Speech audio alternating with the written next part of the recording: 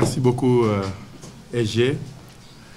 Bonsoir à tout le monde, chers compatriotes.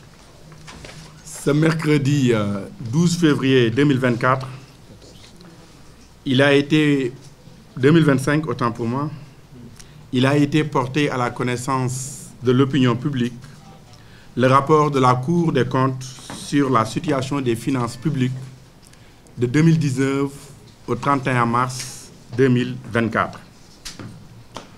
Tout d'abord, nous tenons à saluer l'exercice de transparence enclenché par le gouvernement du Sénégal depuis sa mise en place en avril 2024.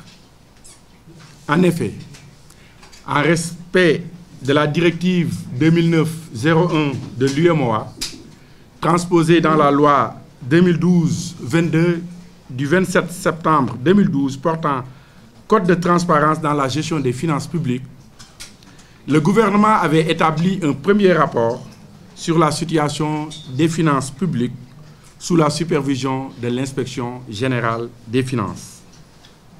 Cet exercice est un gage de bonne gouvernance à l'endroit du peuple, mais également à l'endroit des partenaires techniques et financiers.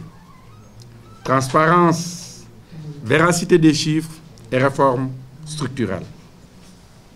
À l'époque, l'exposé du rapport par le Premier ministre Ousmane Sonko avait déjà révélé les falsifications et manipulations graves des chiffres de nos finances publiques.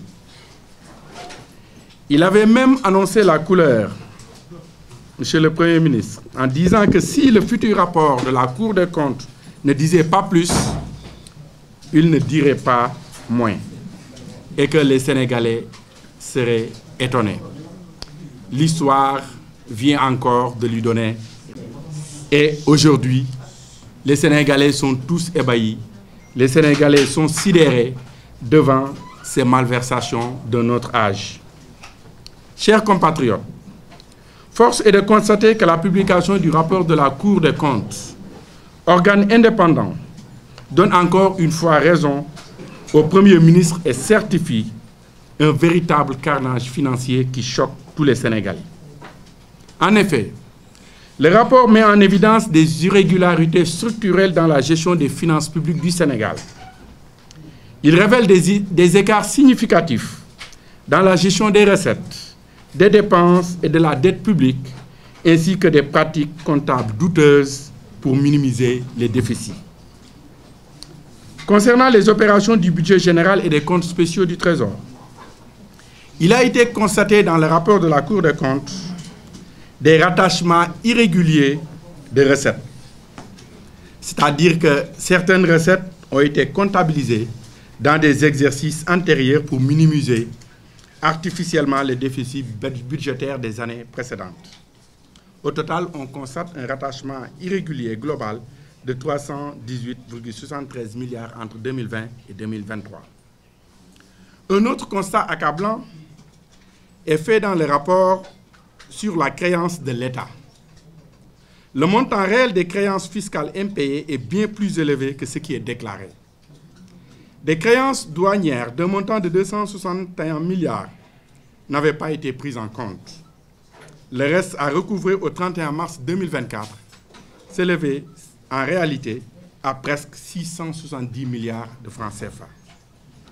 Un autre fait accablant, c'est le manque de traçabilité de certaines dépenses fiscales.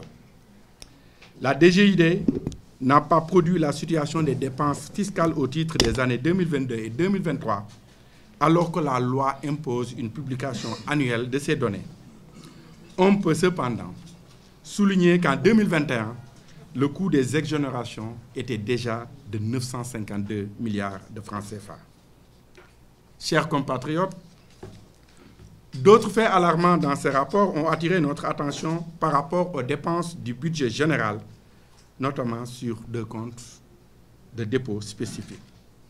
Il s'agit tout d'abord du compte de dépôt Cap Gouvernement, où on note un décaissement de 1 343 milliards sur la période couverte par le rapport sur ordre du directeur général du budget, qui n'est pas gestionnaire du compte. Sur le compte de dépôt du programme de défense des intérêts économiques et sécuritaires du Sénégal, 303 milliards ont été dépensés sans obligation de justification prévue par l'article 6 du décret portant création du dit programme. Concernant la gestion de la trésorerie et de la situation de l'endettement, le rapport de la Cour des comptes met en exergue une situation extrêmement alarmante, je dis bien extrêmement alarmante, sur l'endettement de notre pays qui devrait inquiéter tous les Sénégalais. La dette publique nette dépasse de loin les chiffres officiels, en raison notamment des prêts bancaires hors circuit budgétaire, c'est-à-dire en dehors de l'autorisation de l'Assemblée nationale et non tracés dans les lois des finances sur la période concernée, ni dans les écritures de la direction de la dette publique, qui est normalement le service ordonnateur. Partant des déclarations des établissements de crédit installés au Sénégal, la dot globale de l'État et ses démembrements vis-à-vis du secteur bancaire s'élève aujourd'hui à 3 816 milliards au lieu de 2 219 milliards annoncés par le défunt régime, soit 1 597 milliards non tracés. Par ailleurs, durant la période couverte par le rapport, c'est-à-dire de 2019 au 31 mars 2024, l'État a toujours dégagé un surplus de financement à l'exception de l'année 2022. Celui de 2023 s'élève à 604 milliards, et le surfinancement de 604 milliards convenu avec les FMI, c'est ça pour l'année 2024, dont une partie frauduleusement utilisée en 2023. Il y a eu aussi des manquements graves dans la gestion des dépôts à terme. Des DAT d'un montant global de 141 milliards ont été cassés et non reversés au Trésor public, sinon à des tiers sur instruction du ministre des Finances, en charge des Finances. Ceci est d'autant plus grave que c'est en violation du décret 2011-1880 du 24 novembre 2011 portant règlement général sur la comptabilité publique. Un autre constat met en lumière l'emprunt obligataire sous forme de sukuk d'un montant de 330 milliards de francs CFA par la SOGEPA. Dans le cadre de la réalisation de cette opération, l'État du Sénégal a procédé à la vente de 10 immeubles de son patrimoine bâti, dont le building administratif, pour un montant de 247,33 milliards de francs CFA.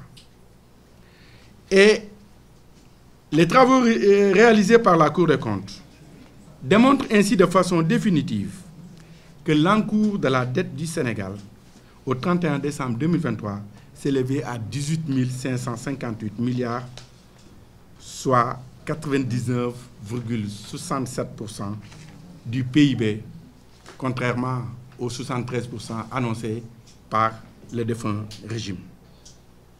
Chers compatriotes, nous venons de passer en revue la synthèse du rapport de la Cour des comptes sur la situation des finances publiques, qui a fait état d'un carnage financier sans précédent dans l'histoire politique de notre jeune nation. Le constat est effarant. Les faits extrêmement graves, pour ne pas dire criminels. Notre parti, Pastef les Patriotes, appelle ainsi le gouvernement à tout mettre en œuvre pour une reddition des comptes et la traduction des brigands financiers devant les juridictions compétentes dans le respect des lois et règlements de notre pays. La situation actuelle ne laisse pas à l'État beaucoup de marge de manœuvre et requiert un sursaut de patriotisme. Le gouvernement a commencé à mettre en œuvre certaines mesures pour juguler le mal. Ces mesures ont pour nom élargissement de l'assiette fiscale, réduction du train de vie de l'État, mobilisation de l'épargne locale. Ainsi, nous appelons le peuple sénégalais à être patient, solidaire et à continuer de faire confiance au président de la République et à son Premier ministre et à l'ensemble du gouvernement pour la transformation systémique du Sénégal. Je vous remercie de votre attention.